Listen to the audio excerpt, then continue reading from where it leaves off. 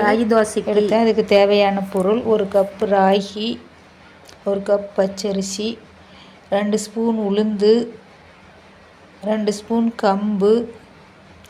இதெல்லாம் சேர்த்து மிக்ஸ் பண்ணிக்கணும்.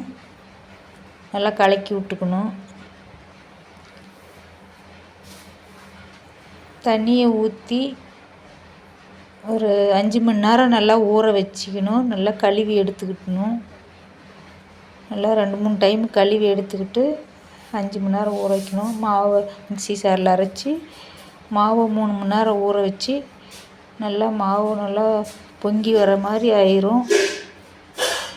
அதுக்கப்புறம் தோசை ஊற்றி மொறுன்னு நல்லா கை கால் வலி மூட்டு வலிக்கெல்லாம் நல்லது. இது தேங்காய் சட்னி, வேர்க்கடலை சட்னி எது வேணாலும் வச்சா சூப்பராக இருக்கும். ராகி தோசைக்கு எடுத்தேன். அதுக்கு தேவையான பொருள்: 1 கப்பு ராகி, 1 கப் பச்சரிசி,